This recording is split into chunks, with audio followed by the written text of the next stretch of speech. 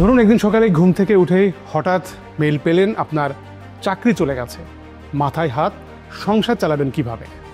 সন্তানদের শিক্ষা কিংবা পরিবারের সদস্যদের জন্য হঠাৎ বড় অঙ্কের টাকা প্রয়োজন, কোথায় পাবেন? শখের ডিভাইস কিংবা গ্যাজেট কিনতে চান, এখানেই বা টাকা কোথা থেকে পাবেন? উত্তর একটাই, সঞ্চয়।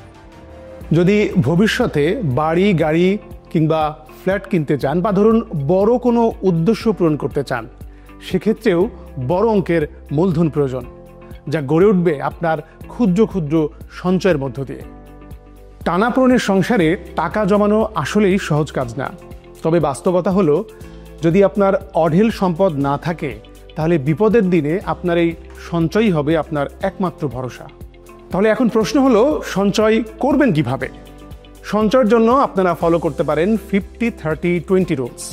আপনার মাসিক আয় যাই হোক না কেন, সেটাকে 50%, 30% এবং 20%-এ ভাগ করে ফেলুন।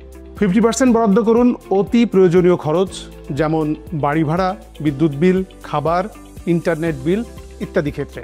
30% রাখুন বিনোদন বা অন্যান্য খরচের জন্য এবং শেষ 20% রাখুন সঞ্চয়ের জন্য।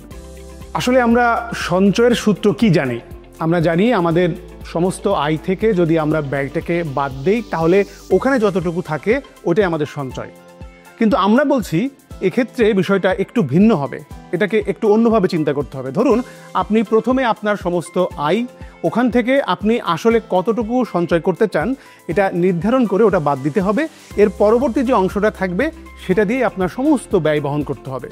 আসলে সফল ব্যক্তিরা এভাবেই তাদের সঞ্চয় শুরু করেছেন। প্রথমে উপার্জিত অংশ থেকে সঞ্চয়, তারপরে বাকি অংশ থেকে প্রয়োজন অনুপাতে খরচ করা। তাহলে পুরো আলোচনা থেকে যেটা আমরা বুঝতে পারলাম, আগে সঞ্চয় কতটুকু করব সেটা ঠিক করতে হবে, এরপর যেটা বাকি থাকবে সেটা দিয়ে আমাদেরকে ব্যয় করতে হবে।